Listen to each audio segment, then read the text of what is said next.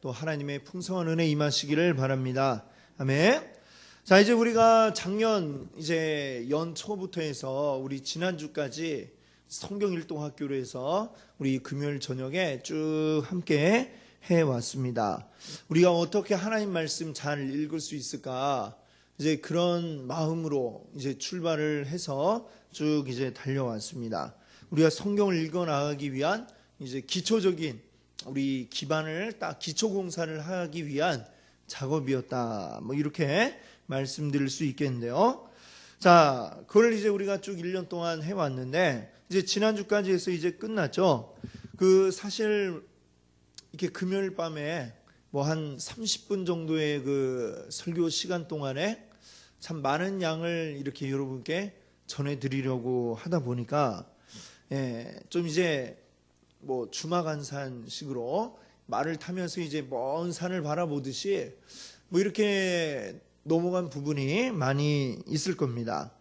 워낙 또 이제 막 할 거는 많고 많은 거 알려드리고 싶은 마음에 이제 또 그래서 막 이게 막 뭔가 막 하는 그런 마음도 아마 있기도 하셨을 것 같은데 어쨌거나 그래도 우리가 전체적으로 쭉 이 성경이 어떻게 쭉 흘러가는지 이 흐름을 이제 우리가 한번 보았다 이렇게 얘기할 수 있을 것 같아요. 그래서 우리가 이 흐름을 쫙 알고 맥을 이제 우리가 딱 잡아 놓으면은 그럼 이제 좀 우리가 더 자세하게 이제 들여다봐도 좀 훨씬 더 잘 우리가 이해할 수가 있을 것 같습니다. 훨씬 그 이전에 우리가 잘 모르던 때에 읽는 것보다는 더 많은 우리의 이해 폭이 넓어지셨으리라 믿습니다. 그 효과가 이제 앞으로 여러분이 이제 성경 읽으실 때마다 나타나게 될 줄로 믿습니다. 아멘. 자, 그래서 이제 오늘부터는 이제 성경일동학교는 끝났고 오늘부터는 이제 성경 말씀을 좀 이제 자세하게 들여다보려고 합니다. 이제 오늘부터 우리가 이 갈라디아서 말씀을 같이 생각을 해보려고 그래요. 이 갈라디아서는 바울이 썼던 그 서신서들 가운데 하나입니다. 잘 아시죠? 그렇죠. 내용적으로는 이제 어떤 내용이 주로 있냐면은 이 기독교의 중요한 교리에 대한 이야기들이 거의 나와 있습니다. 내용적으로 보면 로마서하고 비슷한 내용들이 많이 있습니다. 로마서도 이제 교리에 대한 부분이 주로 다뤄지고 있는데 그래서 갈라디아서는 이제 양이 작습니다. 이 갈라디아서 6장까지 있는데 로마서는 16장까지 있고요. 근데 이제 이 갈라디아서를 그래서 부르기를 작은 로마서라고 이렇게 부를 정도로 이 유사한 이 기독교의 교리에 대한 내용들을 중요한 교리를 다루고 있는 것을 우리가 보게 됩니다. 이 내용들을 이제 우리가 함께 살펴나가려고 하는데 자, 그럼 이 갈라디아서가 그러면 어떤 편지인가? 이 갈라디아서를 보낸 사람이 누구예요? 이 편지인데 누가 썼습니까? 바울이 썼죠. 바울. 우리 1절에도 보면 이 바울 얘기가 나오잖아요. 내가 누구냐? 바울이다 라고 이제 적고 있습니다. 근데 이 바울이 보낸 편지다라는 점을 빼면은 이 갈라디아서의 여러 부분이 좀 이렇게 확실하지가 않고 불분명한 이런 부분들이 많이 있습니다. 일단은 이 갈라디아서, 이 편지가 갈라디아서잖아요. 갈라디아에 보낸 편지인데 근데 이 이 편지를 받는 사람들이 누구냐라고 하는 것도 논란 가운데 있습니다. 자, 이 갈라디아라고 하는 것이 갈라디아 민족을 가리키는 말이 될 수도 있고 그리고 또 아니면은 로마 행정구역상으로 볼 때에 갈라디아를 가리키는 그러한 말이 될 수도 있습니다. 근데 이 두 가지가 정확하게 일치하지 않고 좀 다르다는 것이죠. 그래서 갈라디아 민족이라고 하게 되면 갈라디아 북부 지역을 이렇게 이야기하는 것이 되고 행정구역상의 갈라디아를 이야기하는 거라고 한다면 갈라디아 남부 지역을 또 이야기하는 게 됩니다. 그러니까 이 편지를 받는 정확한 대상도 사실은 아주 정확하진 않고 아직 논란 가운데 있다라고 하는 게 됩니다. 그뿐만 아니라 이 갈라디아서가 언제 쓰여졌느냐라고 하는 것도 사실은 확실하지 않습니다. 우리 이제 성경 일독할 때에 바울이 보낸 편지들에 대한 이 표를 한번 보여드린 기억이 있으시죠?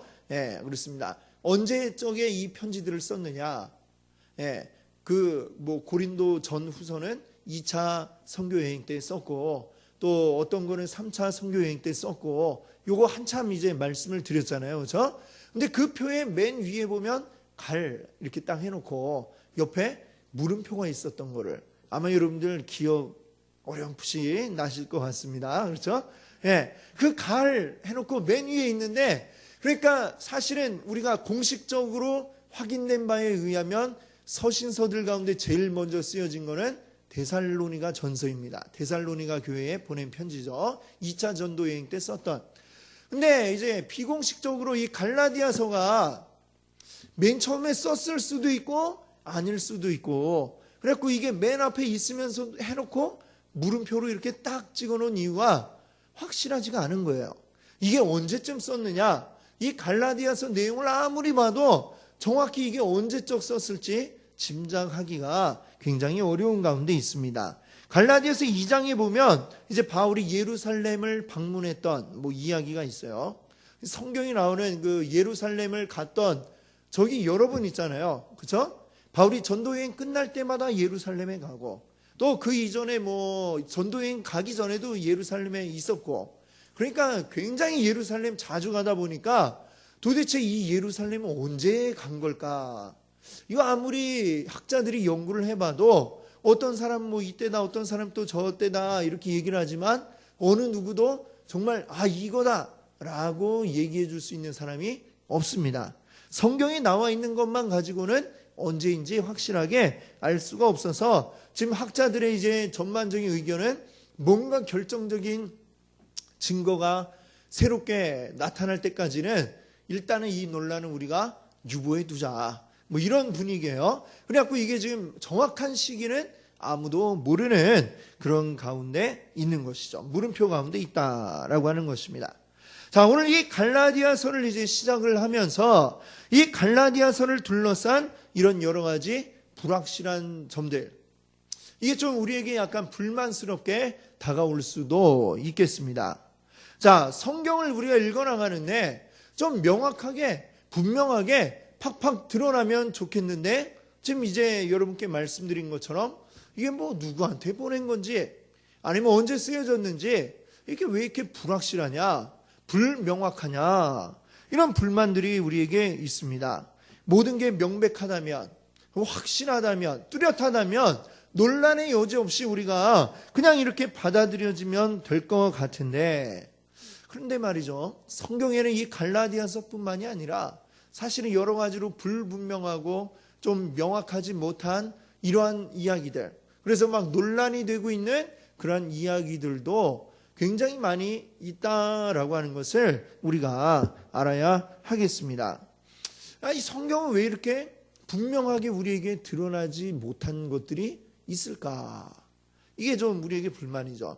확실하면 하나님 믿는, 이러니까 우리가 믿어야 된다, 불신자들에게도 확실하게 이야기해 줄 수 있을 것 같고, 그런데 왜 이렇게 성경 가운데 불확실한 것들이 남아 있느냐라고 하는 것.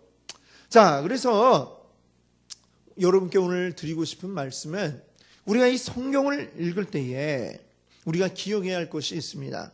성경이 여전히 확실하게 명확하게 드러나지 않은 불분명한 것들이 있지만, 그렇다고 해서 그것들이 우리가 하나님을 믿는 것을 방해하거나 아니면 하나님의 존재를 드러내는 것을 이렇게 가로막고 있거나 한 것은 아니다라고 하는 것을 우리가 다시 한번 짚고 넘어가야 하겠습니다. 오히려 이렇게 좀 불명확하게 남아 있음에도 불구하고 우리가 그 불분명한 데로서부터 얻을 수 있는 유익함이 또 있다. 유익함이 있다라고 하는 얘기죠. 어떤 면에서 유익하냐? 우선은 이게 성경이 좀 불확실함으로 인해서 우리가 끊임없이 성경을 보고 연구할 그러한 동기를 얻게 된다. 이렇게 말씀드릴 수가 있겠습니다. 학자들뿐만이 아니라 우리가 읽어나가면서도 이게 뭘까 궁금하고 잘 모르겠는데 하기 때문에 계속해서 성경을 파고 들어야만 하는 그러한 동기를 우리에게 제공해 주고 있다는 것이죠.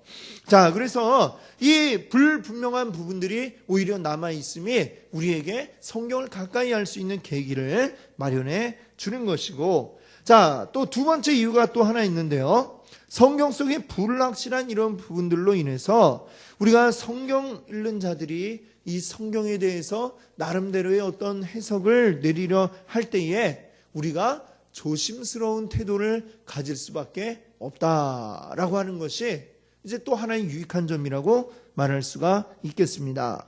자, 무슨 얘기냐면 우리 사람은 참 불완전한 존재입니다. 그렇죠? 우리는 불완전한 존재예요. 내가 이해하고 내가 알고 있는 것 이거 확신하다라고 생각하지만 전에도 한번 우리 착시 현상에 대해서 여러분께 언제 말씀드린 적이 있었죠? 우리 눈이 똑바로 분명히 이거는 이렇다라고 보고 있는데 사실은 보니까 아닌 경우들이 많이 있습니다. 뭐 저 제주도에 가면 볼 수 있는 이 도깨비 도로라는 게 있잖아요. 분명히 이 길이 오르막길처럼 보이는데 이 물을 이렇게 딱 거기서 뿌려보더라고요. 물을 쏟아 보니까 오르막으로 막 물이 타고 올라가는 것처럼 보인다는 거죠. 이게 어떻게 된 일인가? 사실은 거기가 오르막길이 아니라 내리막길인데 우리 눈에는 희한하게 이게 오르막처럼 보이는 이런 것이죠. 자, 그런 것들을 볼 때에 우리의 어떤 오감, 눈과 시각과 청각, 또 후각, 미각, 촉각 이런 것들이 우리는 분명하다. 내가 그렇게 느낄 때 또 내가 생각할 때 이건 분명하다라고 느끼지만 분명하지 못한 게 너무나도 많다는 것은 그만큼 우리가 불완전한 존재다라고 하는 것이죠. 불완전한 존재인 우리들이 이 성경을 읽으면서 우리가 단적으로 이거는 이거다라고 이렇게 함부로 이야기할 때에 이것이 잘못될 가능성이 얼마나 많습니까? 그렇죠?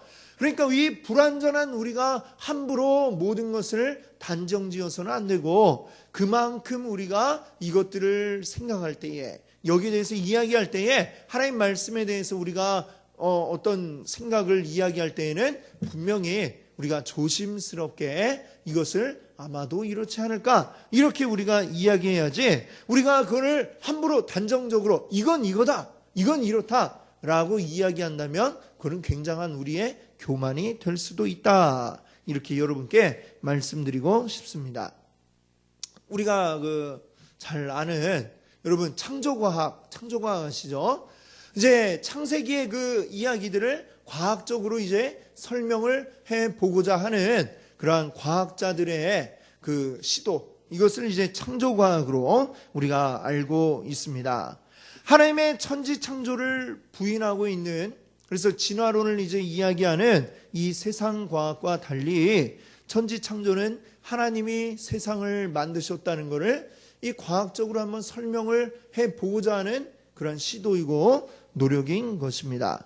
그것들 우리가 아마 여러분들 많이 그 내용들을 아마 들어보셨고 또 이 창조과학이라는 거 아마 잘 알고 계시리라 생각이 됩니다.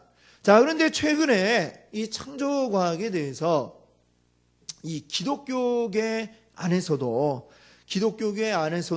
이 창조과학에 대해서 조심스러운 어떤 그 반대의 입장을 이제 주장하는 그 분들이 있다는 것을 이제 보게 되었습니다. 그 이유 가운데 하나는 그분들이 이제 그것을 왜 이렇게 그러니까 창조과학에 대해서 반대하는 이유가 뭐냐? 그렇다면 그분들이 이제 창조를 믿지 않아서 그런 게 아니라 창조과학이라고 하는 것에 대해서 이제 반대를 하는데 그 이유는 뭐냐면요. 조금 전에 이제 우리가 성경에 나와 있는 불확실성이 우리에게 주는 유익에 대해서 말씀드린 것과 같습니다. 쉽게 얘기하자면 이 창조과학자들이 너무나도 확신에 가득 차 있다라고 하는 것이 되겠죠. 확신에 가득 차 있다라는 얘기는 자기들의 말은 이거는 거의 진리와 마찬가지로 본인들은 생각을 하고 있다라고 하는 것입니다. 그래서 이 창조과학과 일반과학의 이제 그 주장하는 것 중에 제일 큰 차이점 뭐냐면, 일반과학에서는 지구의 나이를 뭐 수십억 년, 뭐 이렇게 굉장히 오래된 것으로 보는데 비해서 이제 창조과학에서는 아니다. 지구의 나이는 그렇게 오래되지 않고 불과 한 6, 7년이 아니죠. 6, 7천 년 전 그 정도 아마 될 것이다.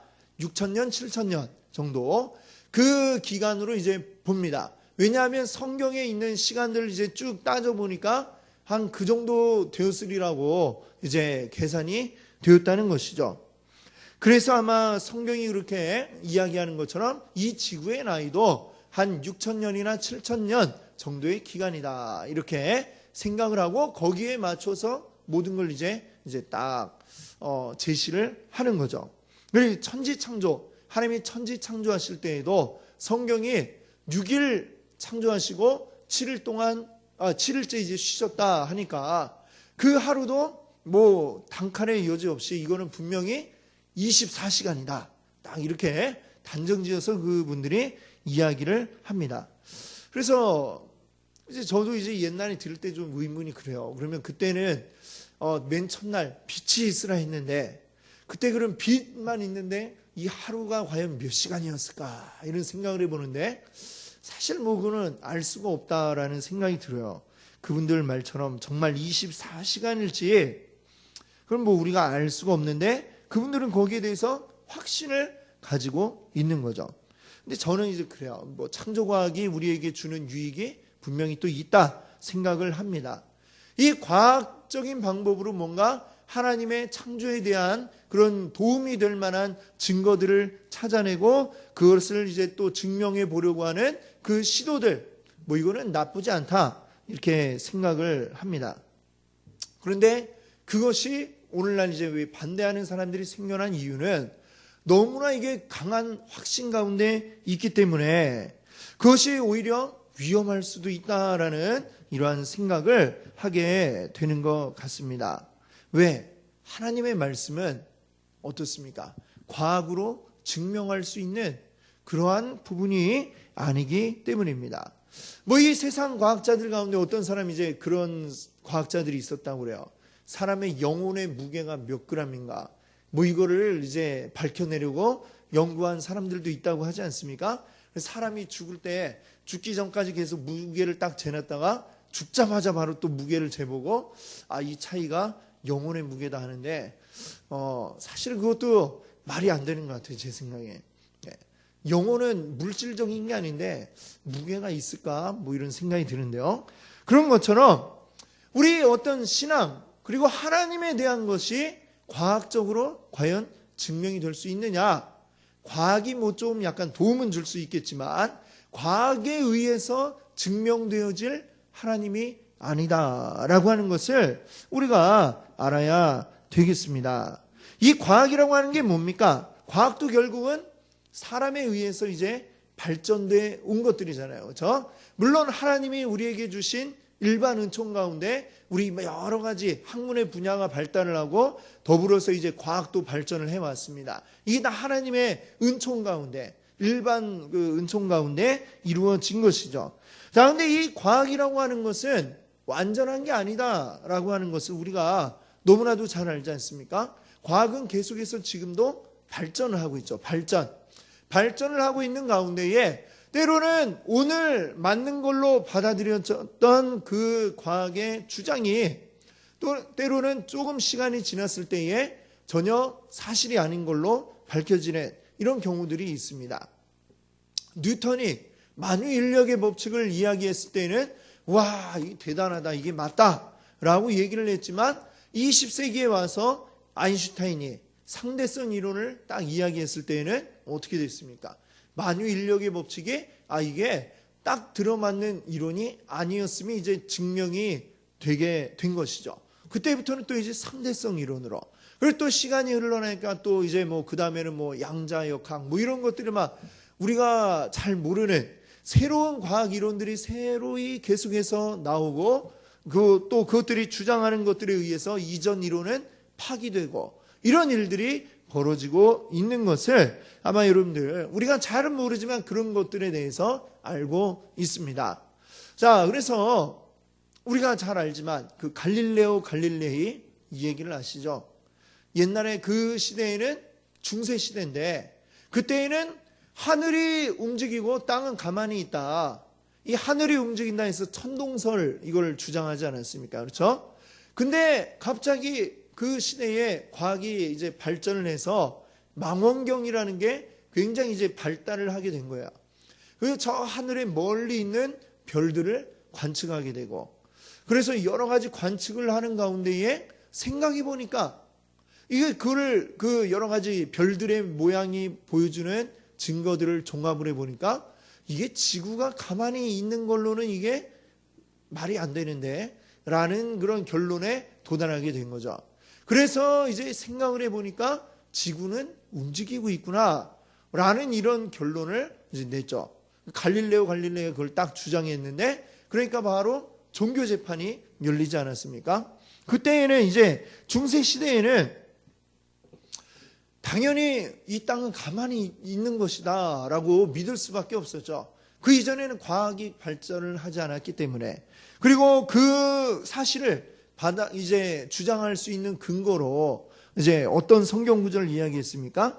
여호수아서에 보면 여호수아 10장에 보면 여호수아가 가나안 족속들과 싸울 때에 이제 전쟁이 한참 이기는데 이 여세를 몰아서 완전히 다 이제 무찌르기 위해서 기도를 합니다. 하늘을 향해 하나님 앞에 이렇게 기도합니다. 태양아, 너는 기브온 위에 머무르라. 달아, 너도 아얄론 골짜기에서 그리할지어다. 태양과 달이 움직이지 않고 가만히 있으라고 이렇게 기도를 했던 것이죠. 그리고 그 여호수아 10장 13절은 이렇게 이야기합니다. 그 결과로 태양이 중천에 머물러서 거의 종일토록 속히 내려가지 않더니 태양이 가만히 있더라 라는 얘기 아닙니까? 근데 이 이야기를 이제 이 중세 시대에는 봐라, 이거는 하늘이 움직이는 거지 태양이 움직였다고 얘기하지 않냐. 그러니까 이거는 지동설은 말이 안 되는 거야. 이거는 하나님을 부인하는 거고 모독하는 거야 라는 이런 결론에 그들이 도달하게 된 것이죠. 그래서 이제 막 종교 재판을 하고 그 시대 중세 시대에는 모든 게 다 교회 중심으로 움직여지고 있기 때문에 교회에서 만약에 파문해버린다. 이거는 그냥 완전히 세상 가운데서 그냥 뚝 떨어져 갖고 버림받은 거나 마찬가지 신세가 되는 겁니다. 그러니까 갈릴레오 갈릴레이도 그렇게 되기는 두려우니까 지구는 가만히 있고 하늘이 돕니다. 이렇게 얘기하고 재판에서 이제 나왔잖아요. 나오면서 탁 뒤돌아서 가면서 한마디 했다고 그러죠. 뭐라고 그랬다고 그래요? 그래도 지구는 돈다 이러면서 갔다고 하는데, 자, 그런데 어떻습니까? 지금은 이제 21세기가 된 지금은 어떻습니까? 초등학생도 물어보면 압니다. 지구가 움직이니 태양이 움직이니 이러면 태양이 가만히 있고 지구가 그 주위를 돌고 있어요. 뭐 이런 거 초등학생 아니 심지어는 유치원 다니는 아이들도 다 아는 이제는 아주 상식적인 이야기가 되었습니다. 그게 왜 그렇습니까? 이 과학이 발전을 했기 때문에 그 후로 발전을 했기 때문에 이런 결과가 나타나게 되었죠. 지금은 그런데 뭐 지구가 돌고 있다고 해서 이게 하나님을 부정하는 거다 이렇게 아무도 생각하지 않습니다. 자, 그런데 그 시대에 이 중세 시대에 이 재판이 그 당시의 과학의 수준만큼을 가지고 이거를 사실로 받아들여서 이게 사실 아니냐라고 이렇게 주장을 하고 지동설을 거짓으로 이렇게 만들어 버리니까 나중에 이게 아닌 게 증명이 되었죠. 과학이 발전을 함에 따라서 그게 증명이 되고 나니까 어떻게 됩니까?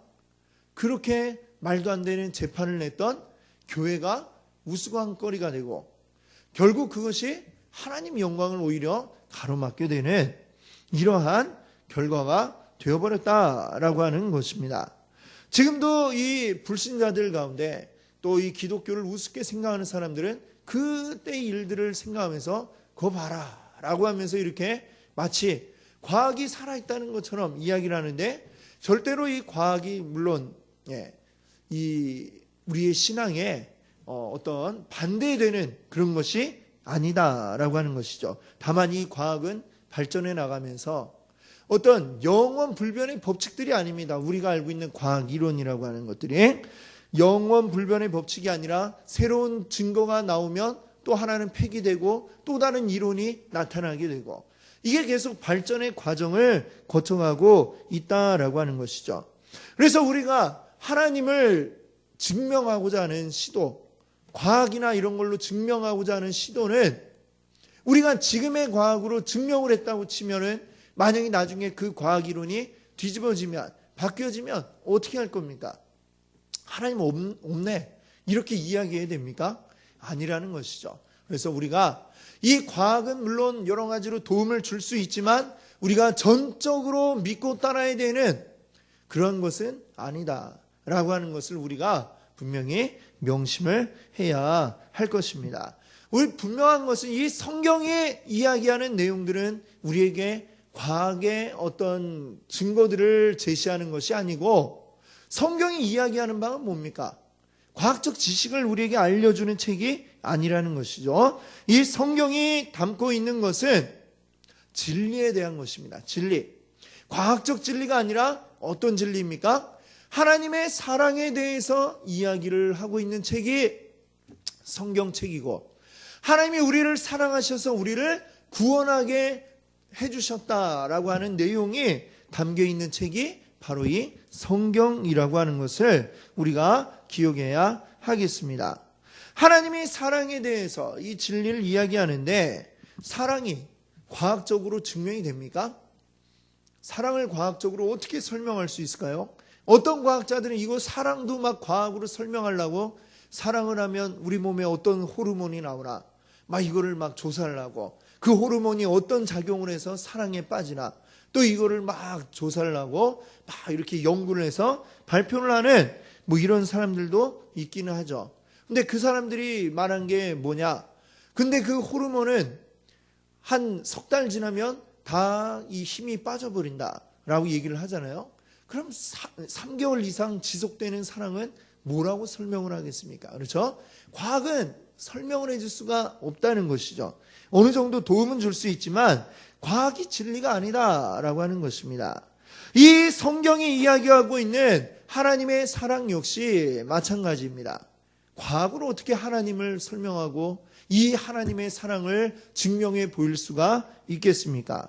당연히 불가능한 이야기인 것이죠.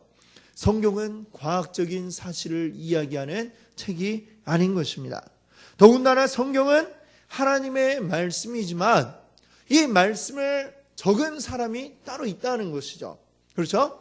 하나님의 말씀인데 이 말씀을 적은 저자들이 있다라는 것입니다. 이 저자들, 모세도 있고요. 또 오늘 이 갈라디아서를 쓴 바울도 있고요. 또 요한도 있고, 또 마태, 마가, 누가, 다양한 저자들이 있습니다.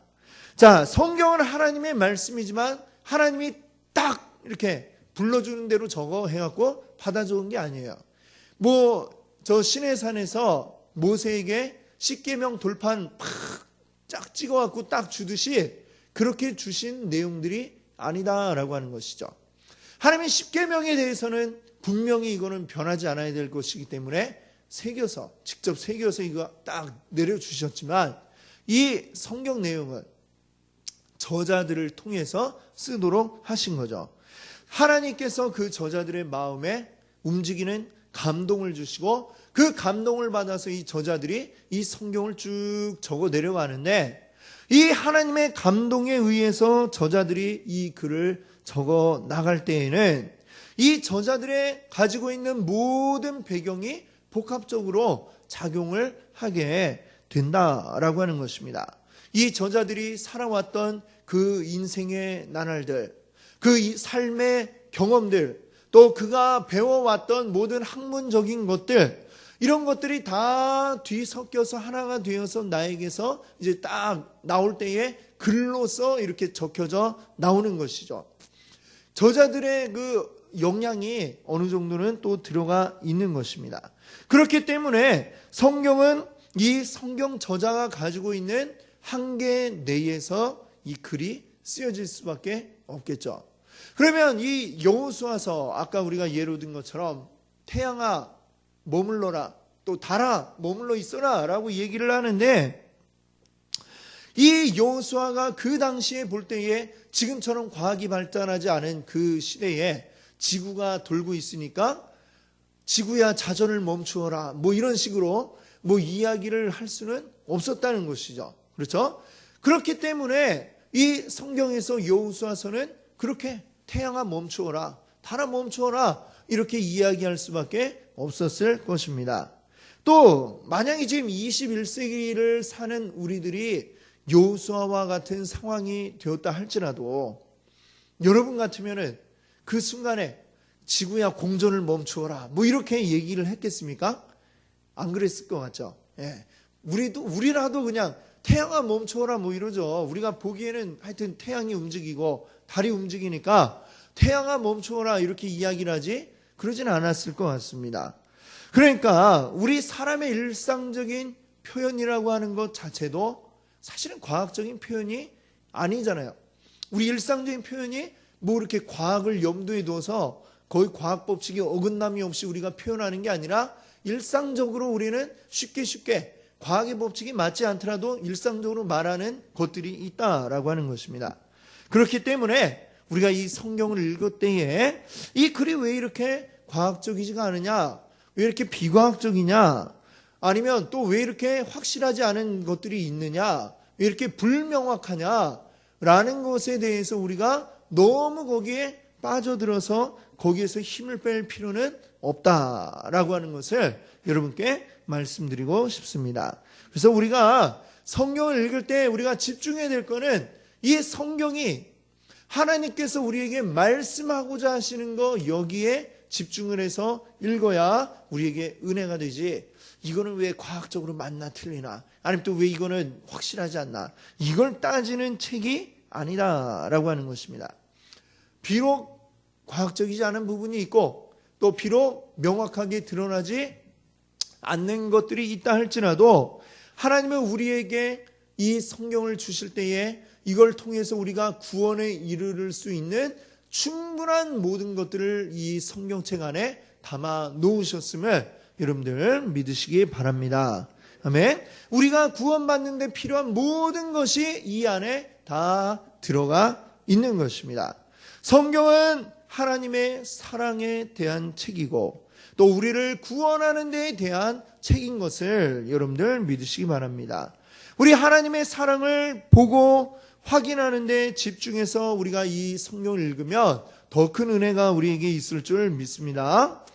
그리고 우리가 읽는 가운데 나오는 분명하지 못한 것들, 또 불명확한 것들, 이런 것들을 볼 때에 이것을 우리가 잘, 아까 이런 것들이 주는 유익이 있다 또 얘기하지 않았습니까?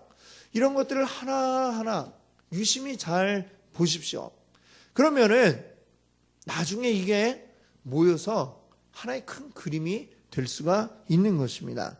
자, 예를 들면 명탐정 셜록 홈즈가 있죠. 자, 셜록 홈즈가 사건을 딱 해결하기 위해서 사건 현장에 딱 왔습니다. 근데 딱 오자마자 바로 범인이 팍 나타납니까? 그렇지 않죠. 아무리 셜록 홈즈라 해도. 근데 그 자리에서 이 범죄가 일어난 현장에서 셜록 홈즈가 하나하나 유심히 딱 봅니다.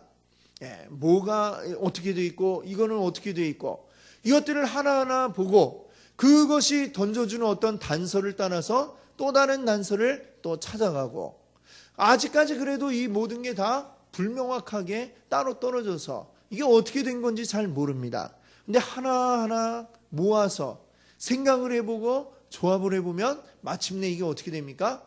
하나의 분명한 그림이 딱 나오고, 아, 범인은 누구구나 이렇게 나오잖아요. 그렇죠? 예, 바로 이런 것처럼 우리 성경 가운데 나오는 불명확한 이런 부분들이 있더라도 우리 그것들을 잘 체크를 해두고 기억을 해두고 말씀을 기도하며 묵상을 해보십시오. 이런 것들이 나올 때에 아, 이거 왜 그러지? 아이 넘어가지 말고 모아서 또 그걸 가지고 하나의 증거로 명확하게 우리가 묵상을 해보시기를 바랍니다. 그러다 보면 이것들이 모여서 언젠가는 확실한 실체를 우리에게 드러내게 될 줄로 믿습니다. 아멘. 오늘 이제 우리가 이 갈라디아서 말씀을 들어가면서 성경을 우리가 읽고 이해하는데 아주 기본적인 것을 여러분께 말씀을 드렸습니다. 성경에서 우리가 발견해야 할 것은 이 어떤 과학이 아니라 바로 하나님의 사랑인 줄 믿습니다. 그리고 그 사랑을 이해하는데 다소 불명확하고 확신하지 않고 좀 불완전한 부분이 있다 할지라도 그것 때문에 하나님의 사랑이 말이 안 되는 것이 되는 것은 아니다라고 하는 것을 여러분께 말씀드렸습니다. 그리고 불명확한 것도 완전하지 않은 것도 우리가 자세히 들여다보며 기도하며 묵상하다 보면 언젠가 이런 것들이 분명하게 보여지는 바로 그러한 때가 있을 것이다. 여러분께 말씀드렸습니다. 우리 하나님께서 우리에게 주신 이 귀한 말씀이 늘 우리에게 들어와서 귀한 은혜를 베풀고 그리고 하나님 앞에 우리를 온전히 서 있을 수 있도록 만들어 주시는 그런 귀한 말씀이 되기를 바랍니다. 아멘. 같이 함께 기도합니다.